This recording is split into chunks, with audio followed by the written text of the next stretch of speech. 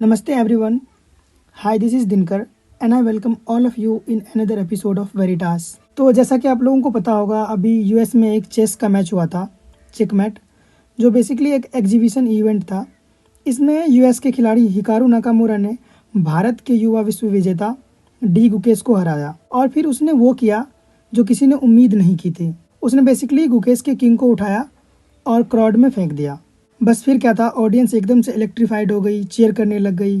पर social media erupt हो गया, बहुत सारे मीम्स बने, डिबेट्स हुई। जो यूएस के फैंस थे उन्होंने कहा कि ये बेसिकली एक एग्जीबिशन इवेंट था और ऑर्गेनाइजर्स ने कहा था कि थोड़ा शो करो, थोड़ा ड्रामा लाओ। और हिकारू, जो कि पहले से एक बोल्ड पर्सनैलिटी के लिए जाने जाते हैं, इन्होंने बिल्कुल वही किया। इंडियन फैंस ने कहा this is the clear violation of sportsmanship.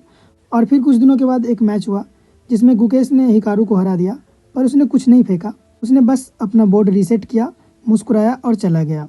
अब यहाँ पे क्वेश्चन उठ रहे हैं कि दोनों में सही कौन है। तो मैंने इस वीडियो में इस चीज़ को बहुत ही आसान भाषा में सिंप्लीफाई कर दिया है, प्लीज़ लास्ट तक देखना। नाउ प्रोसीड करने से पहले मैं आपसे कुछ क्वेश्चन पूछना चाहता हूँ। मुझे ये बताओ, जो हिकारू ने किया, क्या ये हम लोग हर रोज़ नहीं करते हैं? क्या कुछ लाइक्स के लिए हम अपनी रिस्पेक्ट को फेंक नहीं देते हैं? क्या कुछ व्यूज़ के लिए हम अपनी ह्यूमिलिटी थ्रो अवे नहीं कर देते हैं? कुछ लोगों को खुश करने के लिए हम अपना सेल्फ रिस्पेक्ट खो नहीं देते हैं? जब हमें ये पता होता है कि ये एक्शन, ये वीडियो, ये इंडिविजुअल समाज के लिए ठीक नहीं है, उसके बावजूद भी हम अपनी विजडम को फेंक देते हैं और उन चीज़ों को पेडल नहीं करते हैं या उन लोगों को हम प्रमोट नहीं करते हैं। चलो और भी आसान भाषा में एग्जाम्पल के साथ समझाता हूँ। तो आपने इंस्टाग्राम, यूट्यूब, फेसबुक, हर जगह देखा होगा गेट रेडी विद मी। तो ये सबको पता है कि एक सेक्सुअली अराउजिंग कंटेंट है। इसमें इसके व्यूअर्स कौन है ये सबको पता है, बनाने वाले को भी पता है और जो देखते हैं उसको भी पता है। और इस वीडियो को देखो, इस वीडियो में इसने इस बात को बहुत ही अच्छे तरीके से वेरीफाई किया है। मैं सिर्फ सूट पहनूं या मैं मंदिर जाते हुए वीडियो बनाऊं तो वो चीज़ नहीं चलेगी, क्योंकि वो उनको चाहिए ही नहीं। ना इसके अलावा अंजलि अरोड़ा, सोफिया अंसारी जैसे ऐसे कितने सो कॉल्ड कंटेंट क्रिएटर हैं जो व्यूज़ के लिए अपने बॉडी को ऑब्जेक्टिफाई करते हैं।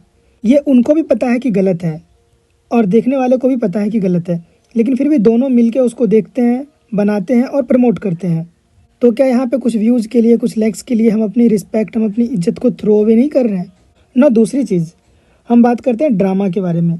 तो आप लोगों को आजकल पता होगा कि big boss, lockup, Roadies, rise and fall और आजकल कुकू टीवी पे भी कुछ बवासीर जैसे शोज आने लगे हैं, जिसमें पहले किसी कास्ट को, या तो लड़का को या तो लड़की को, इतना ज़्यादा जलील किया जाता है, इतना ज़्यादा जलील किया जाता है कि जब उसको रिवेंज लेने की बारी आती है तो फिर वो वीडियो को ख़त्म कर देंगे और आपसे बोलेंगे कि भाई इसको सब्सक्राइब करो। तो इन जैसे ड्रामा में क्रिएटर को भी और जो देख रहे होते हैं दोनों को पता होता है कि यहाँ पे ऑडियंस के साथ में इमोशनल एक्सप्लॉयटेशन किया जा रहा है, लेकिन उसके बावजूद भी वो देख रहे हैं ना। अभी आपने देखा होगा समय रैना का एक शो था, उसके अलावा कैरी मिनाटी, इन लोगों की वीडियोज़ आपने देखी होंगी। उसके साथ में राउंड टू हेल जो यूट्यूब चैनल है, वहाँ पे आप अगर जाके देखोगे मिलियंस ऑफ व्यूज़ हैं उनके पास में, और इनकी एक भी वीडियो आपको ऐसी नहीं मिलेगी जिसमें भर भर के गालियाँ नहीं दी गई हो। और ये गालियाँ इसलिए देते हैं क्योंकि इनको पता है कि लोग यही देखना पसंद कर रहे हैं। समय रैना ने अभी रिसेंटली न्यूटन को रोस्ट कर दिया, साइंस को रोस्ट कर दिया, क्योंकि उसको पता है अगर मैं साइंस पढ़ाने बैठ जाऊँ तो घंटा कोई वीडियो नहीं दिखेगा, लेकिन अगर मैं इसको रोस्ट कर दूँ तो मेरा घर घंटों भर चलेगा। अब देखो, आपको ये चीज़ एक्सेप्ट तो करना पड़ेगा कि सोशल मीडिया सोसाइटी का ही रिफ्लेक्शन होता है। जब आम आदमी कंज्यूम ही कर रहा है ऐसे मटेरियल जिसमें कंट्रोवर्सी हो, ड्रामा हो, कुछ इलेक्ट्रीफाइड चीज़ें हो, तो जो ऑर्गेनाइजर है, जिसने पैसा लगाया है, वो तो खिलाड़ियों को बोलेगा ही ना कि भाई कुछ ऐसा काम करो जिसमें मेरे भी पैसे बने। और इसी वजह से आपने देखा होगा कि स्टंप में माइक लगा दिया जाता है, ऐसे ऐसे रिफाइंड माइक लगाए जाते हैं कि कहीं दूर में भी कुछ बोल रहा है तो वो सुनाई देता है। फिर खिलाड़ियों के प्राइवेट कमेंट्स, प्राइवेट बातें को लीक कर दिया जाता है ताकि कंट्रोवर्सी खड़ी हो। अभी रिसेंटली आपने देखा होगा कुछ क्रिकेटर्स का ब्रेकअप हुआ है, तो उनके स्किल से ज़्यादा उनके ब्रेकअप न्यूज़ में है। अगर आप किसी से पूछ लो कि युजवेंद्र चहल का स्किल क्या है, वो रॉन्ग वन कैसे डालता है, तो शायद वो सारी चीज़ें वो नहीं बता पाए। पर उसके ब्रेकअप के बारे में पूछो, उसके एलमनी के बारे में पूछो तो लगभग सब बता देंगे। तो अगर समझा जाए तो ये बेसिकली डिमांड एंड सप्लाई का ही गेम है। जैसा डिमांड है वैसी चीज़ें प्रोड्यूस की जा रही है हर जगह पे, मूवीज़ में, सॉन्ग्स में, सोशल मीडिया पे।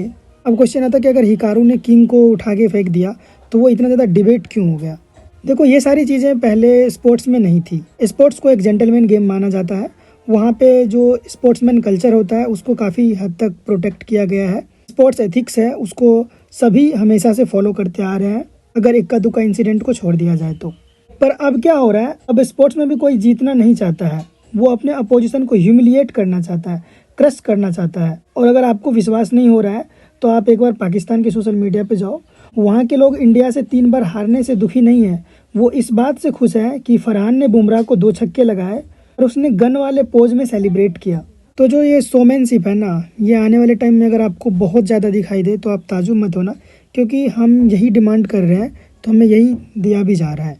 बाकी स्पोर्ट एथिक्स की नज़र से देखा जाए तो गुकेश बिल्कुल सही है, पर हिकारू को सिर्फ इस वजह से हिट नहीं किया जाना चाहिए क्योंकि उसने किंग को उठा के फेंक दिया। अगर आप हिकारू को हिट करते हो तो उससे पहले खुद को हिट करना सीखो।